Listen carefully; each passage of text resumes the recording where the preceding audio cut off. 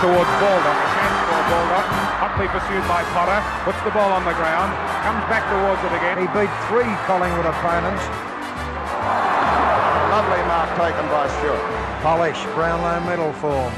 Lynch goes onto the left boot. Unguarded goal. He snaps and puts it through. Tasmania has produced some of the country's best and most popular Australian rules footballers, but none have been able to represent their home state in the so-called national competition. I just don't think it's fair. Our kids here in Tasmania, boys and girls, should have the same opportunities that kids in other states have. Now the island state is closer than ever to having its own AFL and AFLW teams. But an in-principle agreement with the AFL comes at a cost. The state government has committed more than $200 million for a new team, but it's the promise of a $750 million stadium that's left some Tasmanians concerned. My first reaction was what a dreadful waste of money that would be. Just about everyone I speak to shares my view that it would be unconscionable to spend that sort of money at a time that the state has so many other challenges. People are living in tents, and our priority has to be putting a roof over their heads, not putting a roof over a stadium. A 2021 business case suggested a Tasmanian AFL team would eventually need a new stadium, but not that it would be a condition of getting a team licence. But in March, then Premier Peter Gutwein announced the state would build a stadium on Hobart's waterfront.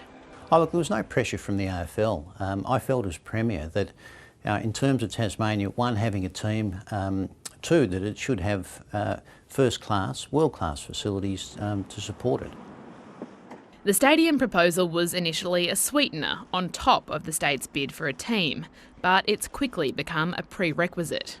Whether it's contingent or however you want to frame it, and I'll take responsibility for this team needs and will have a new stadium if you want to play, you want a licence. And I think Tasmanians would expect that. They've been outsmarted by the AFL. That's turned around and said, oh, that's a good idea. Yes, you need to have a stadium.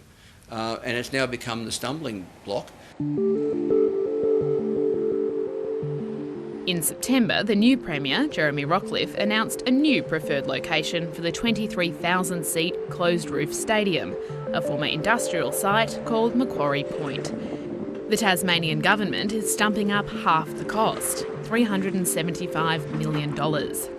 This is a huge opportunity for all Tasmanians. And can I say that these are the investments. This is the type of vision. This is the type of commitment that we all need to embrace.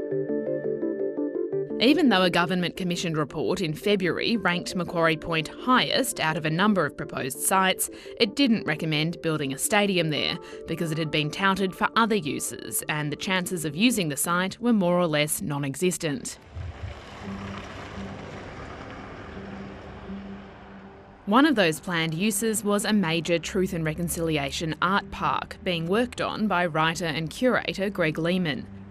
He found out about the stadium proposal from the media.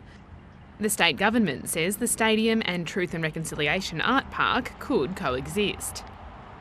We're all left really puzzled about how a Truth and Reconciliation art park could be anything more than a front lawn for an AFL stadium. I really hope that the AFL recognises that there is a very big danger of the Truth and Reconciliation art park being derailed by the stadium. The decision to make Macquarie Point the preferred site for a stadium came not long after AFL power brokers toured Hobart in the middle of the year. Frankly, the AFL are treating Macquarie Point like their own private property. They are bullying the state government. They're bullying the federal government. They are acting entirely improperly. Well, look, I can assure you when I was Premier, I wasn't bullied by the AFL, and I know Jeremy Rockliff very well, and he won't be bullied by the AFL. Both the AFL and current Premier Jeremy Rockliff declined an interview. Tasmania already has 2 major footy stadiums.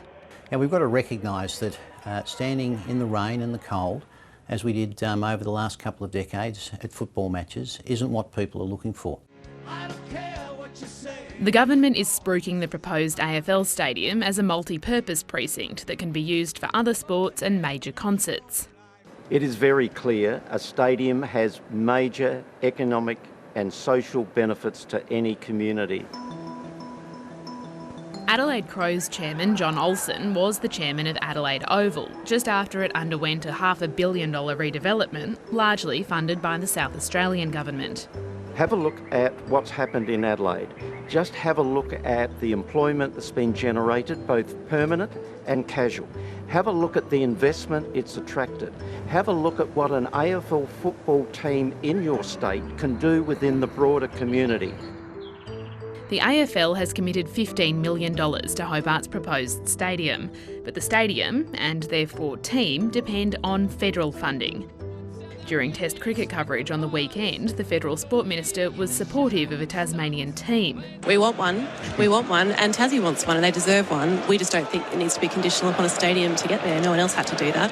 $375 million for a stadium is a lot to ask. What they need to do is to view this as an opportunity to see this stadium as an economic enabler. Yorta Yorta woman Ruth Langford runs an Aboriginal social enterprise at Macquarie Point, which was a place of gathering before the British arrived, where freshwater met saltwater. She invested in the site because of its cultural significance and biodiversity, but also because of its likely future. She wasn't consulted ahead of the stadium announcement. It is such an inappropriate site, given the cultural significance, given the potential of this site, what it can be for the broader community.